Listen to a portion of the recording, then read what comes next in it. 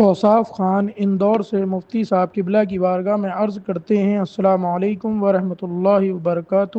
دوران حج میدان عرفات میں ظہر اور عصر کی نماز جمع کر کے پڑھتے ہیں، اس کی کیا وجہ ہے اور ان نمازوں کے جمع کرنے کے کچھ شرائط ہیں کیا؟ مزدلفہ میں مغرب و عشاء جمع کی جاتی ہے، اس کا کیا حکم ہے؟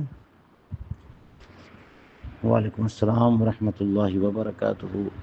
میدان عرفات میں جو ظہر اور عصر جمع کرتے ہیں، یعنی ظہر کے وقت میں عصر کی نماز بھی پڑھتے ہیں، یہ میدان عرفات میں کرنا چاہیے اور وہیں کی یہ عبادت ہے۔ اس کی شرط یہ ہے کہ امام کی اقتداء میں جب نماز پڑھی جائے، امام کے ساتھ۔ امام سے مراد امیر الحج، جو امام الحج ہے، یعنی سنی امام ہو جو امیر الحج ہو اور وہ امامت کرے اور نماز پڑھائے، تو اس کی اقتداء میں جو نماز پڑھی گئی ظہر اور عصر دونوں ایک ساتھ پڑھیں گے۔ لیکن اگر امام دستیاب نہیں ہے ایسا اور لوگ اپنی اپنی جماعت کریں یا اپنے اپنے طور پہ پڑھیں، تو پھر ظہر کو ظہر کے وقت میں اور عصر کو عصر کے وقت میں ادا کرنا ہے۔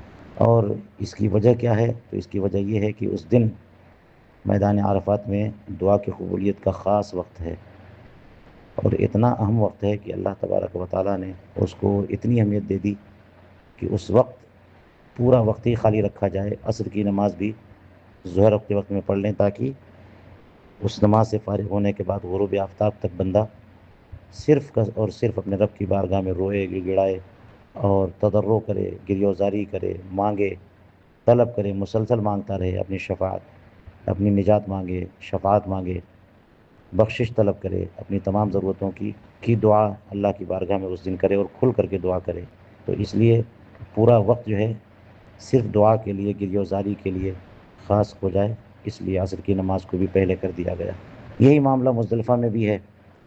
مغرب و عشاء جب مزدلفہ میں، یعنی غروب آفتاب کے بعد عرفات سے چلیں گے، مزدلفہ پہنچیں گے، دیر پہنچیں جلد پہنچیں، جب بھی پہنچیں گے تو اس وقت پہنچنے کے بعد مغرب اور عشاء کی نماز مزدلفہ میں ایک ساتھ پڑھیں گے۔ اور یہاں یہ شرط نہیں ہے کہ امام کے پیچھے ہو، تب اگر تنہا بھی کوئی پڑھے گا تب بھی مغرب کی نماز عشاء کے ساتھ ہی پڑھے گا۔ اور مغرب کے دن اس دن مغرب کی نماز کا وقت ہوتا ہی نہیں ہے حجاج کے حق میں مغرب کے وقت، بلکہ مغرب کا وقت ہی اس دن عشاء کے وقت میں ہوتا ہے کہ جب مزدلفہ پہنچ گئے تو وہ وقت جو ہے مغرب کی نماز پڑھنے کا ہے اور عشاء کی نماز پڑھنے کا ہے۔ اور وہاں بھی یہی ہے کہ بندہ جو ہے وہ اس طرح سے یہاں سے فارغ ہو کے جائے اور راستے بھر جو ہے اللہ تعالیٰ کو یاد کرتا رہے، ذکر کرتا رہے، دعائیں کرتا رہے اور وہاں پہنچ کر کے دونوں نمازیں ایک ساتھ پڑھے۔ وہاں کے لیے شرط نہیں ہے کہ امام الحج اور امیر الحج کی اقتداء میں کرے تبھی ہو، بلکہ خود بھی پڑھے تب بھی دونوں نمازیں ایک ساتھ پڑھنی ہیں۔ واللہ تعالی اعلم بالصواب۔